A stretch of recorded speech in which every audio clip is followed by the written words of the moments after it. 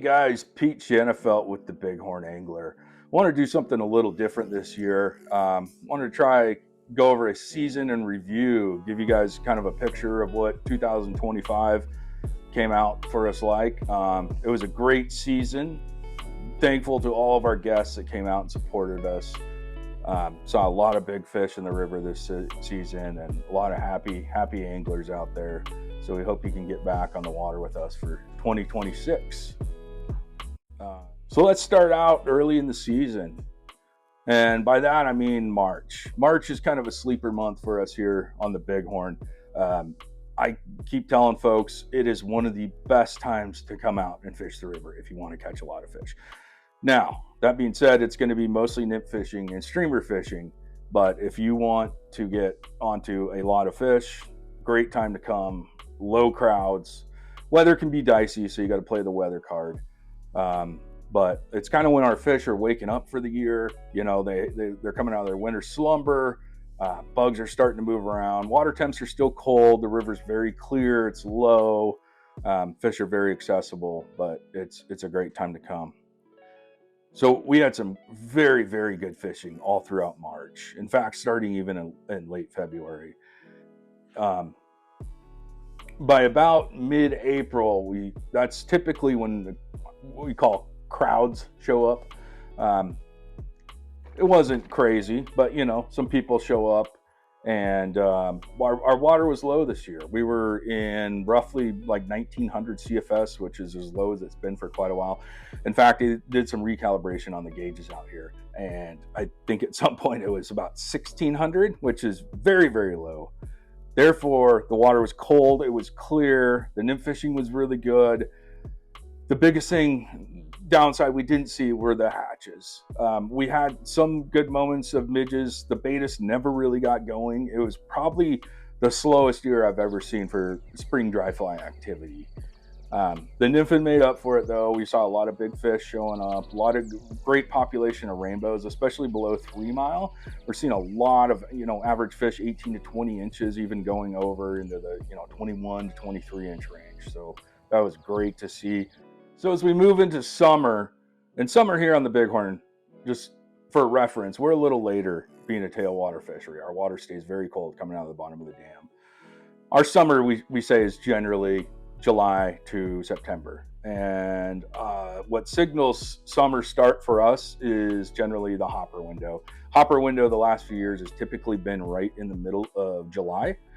This year, for whatever reason, and this was across the state, talking to friends, outfitters, everyone across the state, there was just a lack of hoppers. We saw a lot of, little tiny guys in the grass and whatnot, but they just weren't there. We got a few fish on them. Luckily, though, by the end of July, our PMDs came on very strong. The fish were very focused on the subsurface, the nymphs, and then we had some phenomenal dry fly fishing that lasted. And as many of you that were here noticed, the black caddis started into August as well. So we had a really cool mishmash of black caddis, PMDs. Very typical, you'd go into a run and there'd be, big fish eating. One fish would be on PMD spinners, the next fish is eating emerging black caddis. So they got a little fussy, but you know what? They're big. We're seeing a lot of 18 to 20 plus inch fish on dries this summer. So it's, play the game and you're going to get rewarded. It was a great summer for dry fly fishing.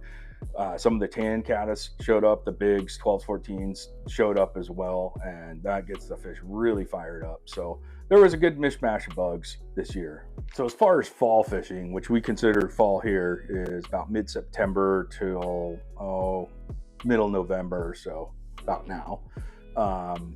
We had some very, very good fishing. In fact, I think it was a lot better than what we've seen. We're used to seeing a lake turnover that's been happening about the first week of October. This year, we did not see it until, I think it was about October 20th. We're dealing with it a little bit right now. We've got a little green water. The fishing's still very good. The surprising thing was the amount of big browns that showed up in the mid to latter part of September. I think we had 3 of our guides had their guests on, I think we had a couple 26 and 27 inch browns landed. which, who knows what else is out there, but pretty impressive and really cool to see those fish show up in the river. And good sign for the future. We're seeing a lot of smaller browns and rainbows as well, 10 to 14-inch fish throughout the entire river. One thing we did not see, and we do get a lot of calls about this, is the tricos. The trico spinnerfall, it's kind of been a flop the last couple years. The bugs have been around. This year the water was especially colder. Typically we need about 60, 62 degrees to really get the bugs ramped up. And we just didn't quite hit that this year, which also saved us from,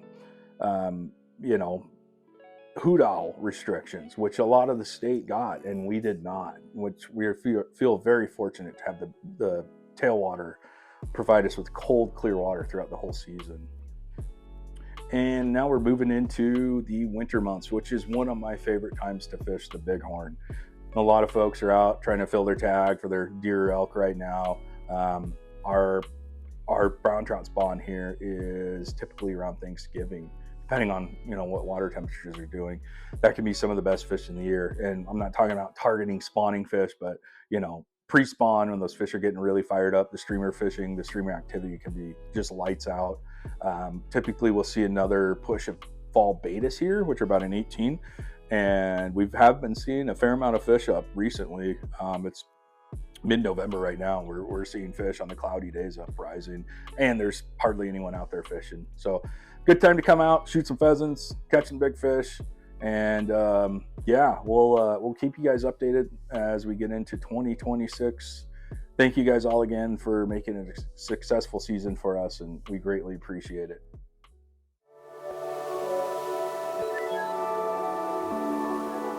Guys, also be sure to check out our Bighorn Angler rewards program. Points can be redeemed in store or online. So how does it work? You earn 1 point for every dollar spent on any merchandise, whether that's in the store or online. Also, you get birthday and bonus points along the way. You can redeem those points for cash back for any future online or in-store purchases. Points are redeemed in groups of 100 for cashback discounts. For example, 100 points redeemed equals $10 off. 200 points redeemed equals $20 off. Up to $60 off each online order.